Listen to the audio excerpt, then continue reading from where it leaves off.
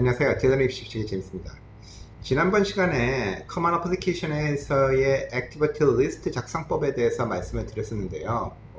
사실 간단한 내용이지만 이왕 하는 김에 아너 섹션도 알려달라고 하셔서 오늘은 이 아너 섹션 작성 방법에 관해서 말씀드리고자 합니다. 사실 대학 지원 시 원서에 있어서 모든 부분 중에 중요하지 않은 부분은 없습니다. 그렇지만 중요한 것은요, 수천 명 또는 수만 명의 경쟁자들로부터 자신을 어떻게 하면 돋보이게 만들 수 있을까 하는 점일 것이고요. 그렇게 자신을 남들과 구별되고 돋보이게 만들 수 있는 부분 중에 하나가 바로 이 언어 섹션일 것입니다. 따라서 오늘은요, 어떤 것들을 이 언어 섹션에 써야 되고 어떻게 써야 효과적인 언어 섹션이 될 수 있는지에 대해서 간단히 알아보는 시간을 갖도록 하겠습니다. 커먼 어플리케이션에서 언어 섹션을 보면요, 뭐 그저 단순히 100자 이내에 5칸만 채우면 되게 되어 있는데요.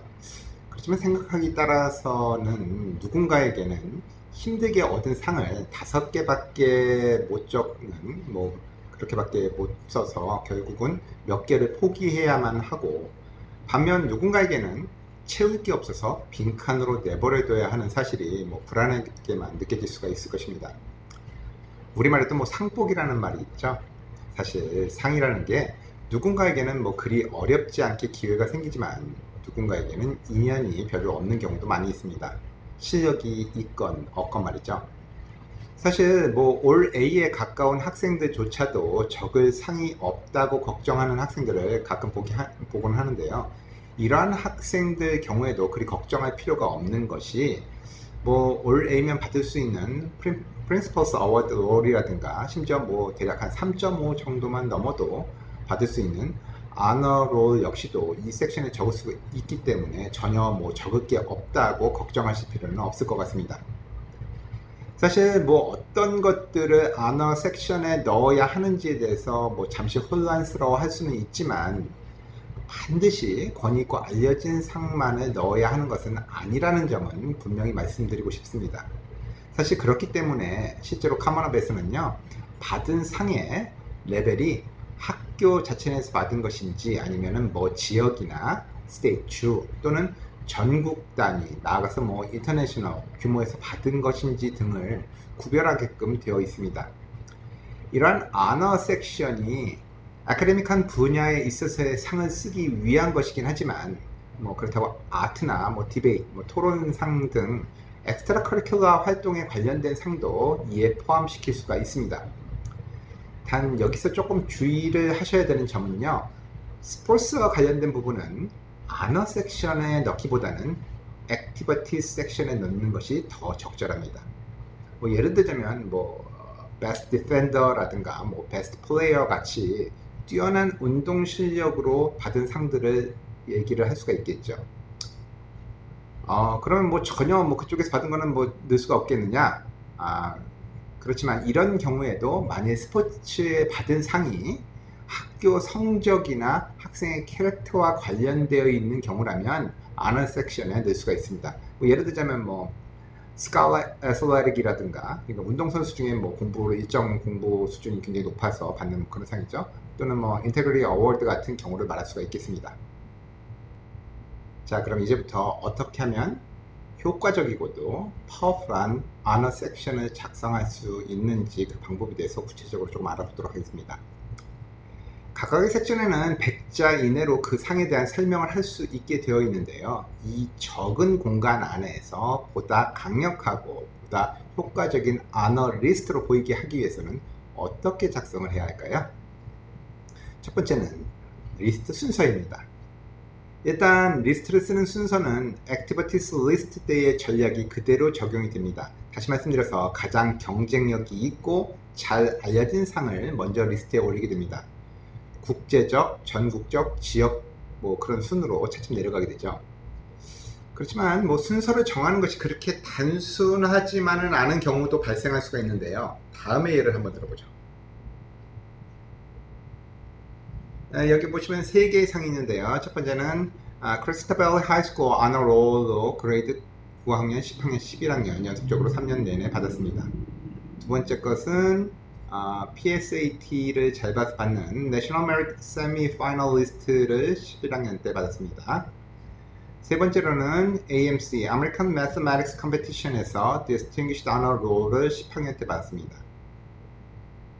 자, 어느 게 먼저 써야 될까요? 위의 경우 같은 때에는 수상 레벨의 위를 따지기가 참 어려울 수가 있습니다. 우선 제일 낮은, 즉 3위 레벨은 A로 보아야 하겠죠. 비록 3년 내내 아너롤에 들었지만 일단 학교라는 지역 레벨이고요. 성적이 뭐 3.8 이상이면 자동으로 주어지는 상이기 때문에 대단히 가치가 크다라고 볼 수는 없을 것 같습니다. 나머지 B와 C의 상은 모두 내셔널 레벨의 상이기 때문에 같은 레벨이라고 볼 수 있겠지만 B의 내셔널 메리트 세미파이널리스트가 가장 최근에 받은 상이기 때문에 1위에 놓는 게 맞다라고 보통 생각할 수가 있습니다. 그렇지만 입시 사정관들에게 보다 인상적이게 보이게 하기 위해서는요, AMC에서의 상을 1위로 가장 먼저 써놓는 것이 보다 효과적일 수가 있습니다. 왜냐하면 PSAT 상위 1%에게 수여되는 내셔널 메리트 세미 파이널리스트 어워드의 수요자의 경우에 대부분 SAT 성적이 1550 이상인 경우가 많은데, 이렇듯 이미 지원자의 그 1550 이상의 SAT 성적이 어쨌든 성적표에 가장 뭐 나와 있을 테니까 먼저 보게 되어 있고, 이것을 본 사정관들은요, 내셔널 메리트 세미 파이널리스트 어워드 수요가 뭐 당연히 받았겠지라는 생각이 들기 마련입니다. 반면에 AMC의 경우에는 AMC 참가자 중 상위 1%에 드는 것이 지원서의 다른 부분들 안에서 미리 예상을 할 수가 없는 부분이기 때문에, 와, 얘는 오히려 수학에 또 뛰어난 실력을 갖추고 있네 라고 하는 그러한 증거로서 맨 위에 써놓는 것이 더 영향력이 있는 리스트로 만들 가능성이 높습니다. 두 번째는 숫자를 사용하라는 것입니다. 100자라는 제한은요, 때로는 상을 설명하기 어렵게 만들 수가 있습니다. 잘 알려지지 않은 상이라고 할지라도요, 가능한 한 더 영향력이 있게 보이게 하기 위한 전략으로는요, 그 상의 가치를 가능한 한 최대로 수치화, 정량화할 것을 권해드립니다. 일반적으로 입학사정위원들이 덜 친숙한, 잘 들어보지 못한 지역대회의 경우에 전체 몇 명의 인원에서 선발이 된 건지, 또 수상 인원은 몇 명이었는지를 포함시켜서요, 상당히 경쟁이 치열한 대회였음을 강조할 수가 있습니다. 세 번째는 약자 사용 시 주의를 하라는 이야기입니다.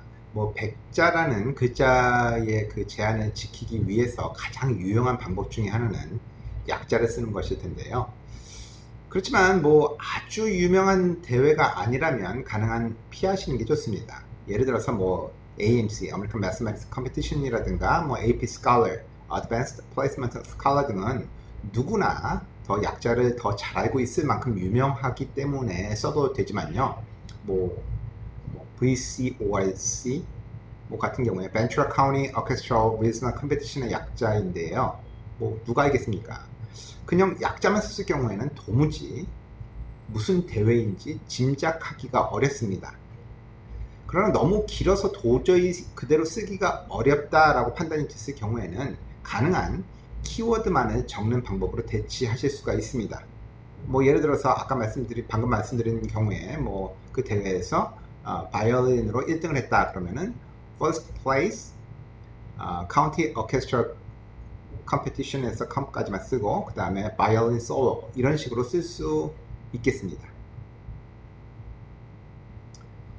네 번째는 이 5개의 그 상보다도 훨씬 더 많은 상을 받은 경우를 들 수가 있겠습니다. 누군가에게는 5개의 칸을 채우는 것이 뭐 굉장히 요원한 일처럼 보이기는 해도요, 누군가에게는 꼭 5개만 고르는 일이 오히려 당황되고 더 어려운 일처럼 여겨질 수가 있습니다. 그렇지만 여러분의 수상 기록이 5개가 넘는다고 해도요, 뭐 전혀 당황해 하실 필요는 없습니다. 만약 여러분이 쓸 수 있는 수상 목록이 10개다 라고 할지라도요, 지금까지 말씀드린 방법대로 가장 권위 있고 성취도가 높은 상을 위주로 상위 5개의 리스트를 먼저 적으시면 되겠습니다. 그럼 나머지는 어떻게 해요? 다 버립니까? 그게 아니고요. 나머지 리스트들은 additional information 섹션을 이용해서 적으실 수가 있고요. 이렇게 additional information 섹션을 이용해서 5개 이상의 리스트를 적는 것은요, 지극히 합법적인 방법이 되겠습니다. 그렇지만요, 이거 많이 쓰다고 9학년 이전에 옛날에 초등학교 때 8학년 때 7학년 때 받은 상이라든가 또는 5개 리스트에 있는 상과 비교해서 상대적으로 되게 약한 것, 너무 약한 것들은 차라리 안 쓰시는 게 낫습니다. 마지막으로 하나 더 말씀을 드리면요, 앞서 수상한 상의 레벨에 따라서 순서를 정해서 적으라고 말씀을 드렸는데요, 이러한 순서에 있어서 학생의 희망 전공도 고려될 수가 있다라는 점이 있습니다. 다시 말씀드려서 예를 들어서 프리메드를 희망하는 학생들의 경우에 케미스트리 올림피아드라든가 바이오 올림피아드 또는 내셔널 사이언스 볼 같은 대회에서 수상 기록이 만약에 있다면 이런 것들을 강조하는 것이 좋습니다. 공대지망 학생의 경우에는 구글 사이언스 페어나 로보틱스 컴페티션 같은 대회에서의 상을, 그리고 비즈니스 전공 희망자의 경우에는 데카나 FLA 같은 데서의 수상 기록을 최우선적으로 적는 것이 현명한 방법이 되겠습니다. 지금까지 효과적인 언어 섹션 작성에 관해서 알아봤는데요, 커먼 어플리케이션의 모든 섹션이 다 그렇겠지만 언어 섹션 역시도 비록 100자 내외의 이 적은 공간 안에 적어야 하는 제약이 있지만요, 그래도 이 공간 안에 여러분이 학업 및 과외 활동에 있어서 재능이 있고 성취를 이루었을 뿐만 아니라 이를 입증할 증거도 있다라는 사실을 입학사정위원회에 보여줄 기회로 삼으셔야 되겠습니다. 지금까지 입시전문가 재밌었습니다. 감사합니다.